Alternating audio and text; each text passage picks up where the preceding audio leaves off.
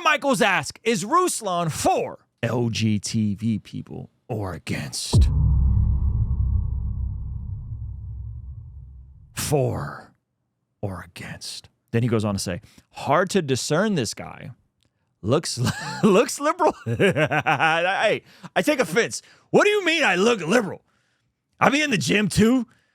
I don't eat no soy. What does that even mean? I don't know what you mean. Okay, so that's a great question. Is Rouslon for LGBT people or against? So I think we would need clarity on what you mean by for and what you would mean by against. I think Jesus' heart is that he's for all people. Jesus' heart is that he's for people that are hurting. Jesus' heart is that he's for people that have been sinned against. Jesus' heart is for people that don't fit in, the misfits, right? And we see this exemplified in Jesus' ministry.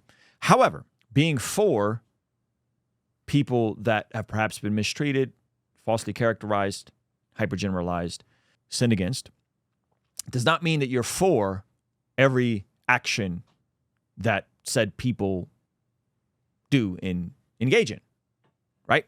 So I think the deeper question is, this is a worldview issue, because I don't know if Aaron Michaels will say this, so this is not me speaking on Aaron Michaels out of trend because I don't know Aaron Michaels, but I think there's a deeper issue that we're dealing with in our worldview right now, in the culture right now, that says that in order to be for someone, you have to co-sign everything that they do, that they say, that they engage in.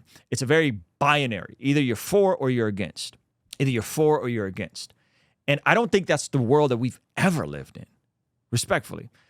I think that you can be for people coming to Jesus, that you can be for people that don't come to Jesus but shouldn't be bullied and shouldn't be harassed and shouldn't be harmed and shouldn't be sinned against, while at the same time saying, because I'm pro-Jesus, and because I'm pro-God's ways, all people need to submit and get in line with God's ways, right? And so I don't spend a lot of time railing against any specific group.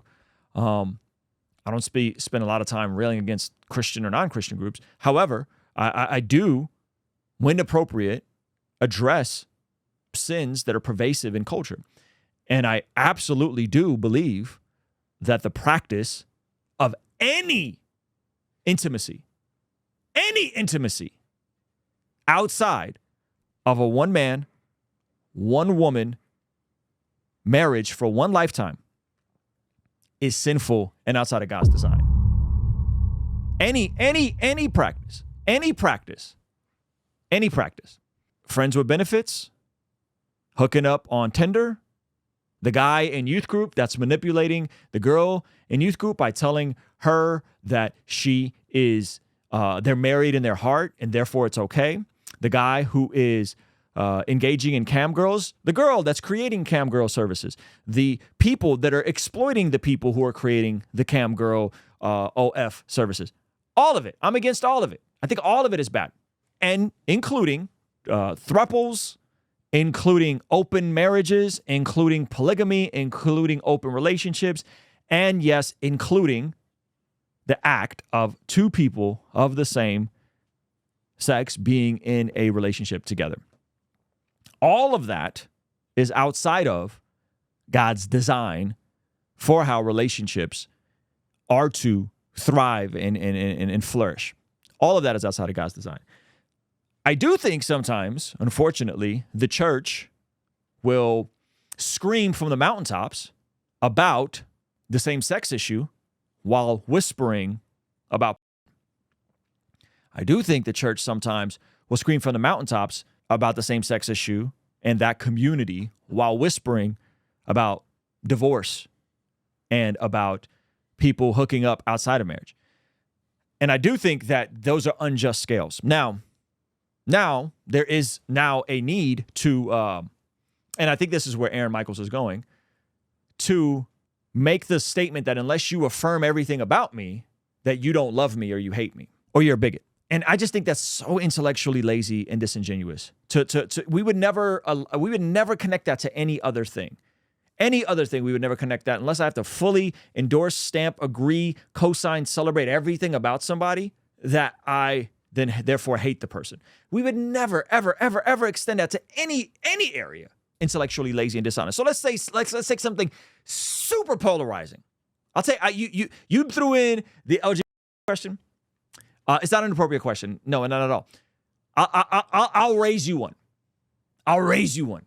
Israel, Palestine. Let's talk about that for a second. If you were to ask me the same exact question, replace LGBTQ people with Palestinian people or with Jewish people, and you would frame it in a way where I have to fully endorse everything that's connected to and done with said people. And if I don't fully endorse and support and celebrate everything that's done by either side, the Palestinians or the Israelis, that therefore I am a bigot and I don't love said people. It is so intellectually lazy and dishonest to frame a conversation that way. So in the same sense with the Palestinian thing and the Israel thing, I am against anyone harming civilians for any reasons, ever, always. And there's times where in war, people get hurt, but the intentional hurtfulness, the intentional attack on civilians is wrong, and that's where I draw the line. And so, in a similar sense, I don't endorse everything Benjamin Netanyahu does.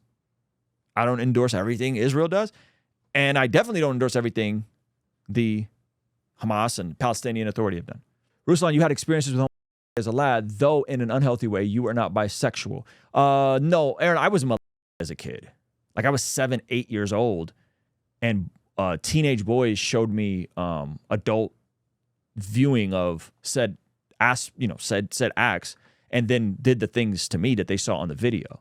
So no, I've never had a proclivity for men in a romantic fashion. I've never had a proclivity for men in a sexual fashion.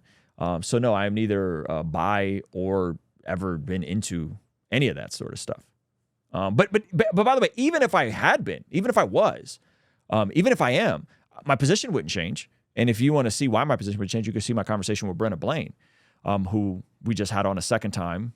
And she openly talked about her being someone that dealt with same-sex attraction and still deals with same-sex attraction, who then is in a heterosexual marriage, right? And there's thousands of Brenna Blaines.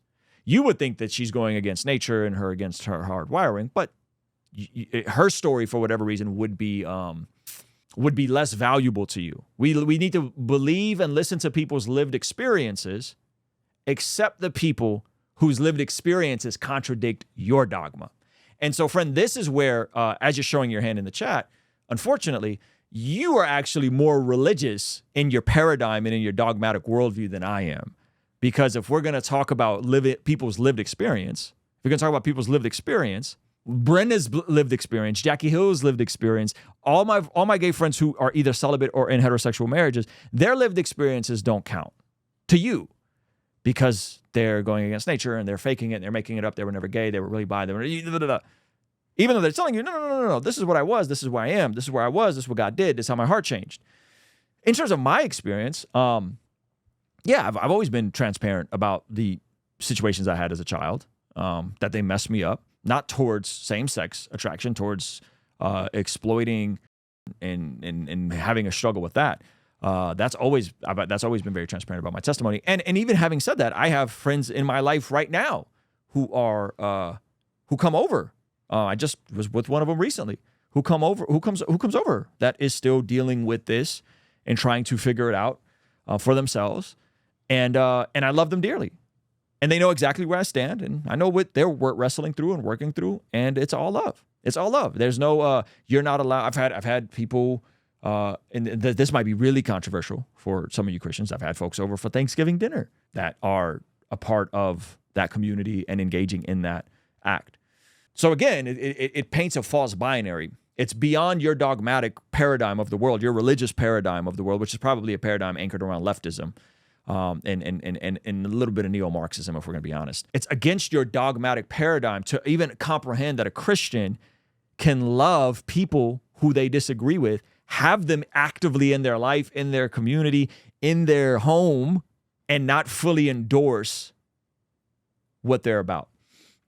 And that sucks because maybe you've had a bad experience with Christians, but over here, maybe because I'm in California and I don't know, whatever, California, California, right? Maybe that's a thing. But in California, we have relationships with people that we love and we disagree with.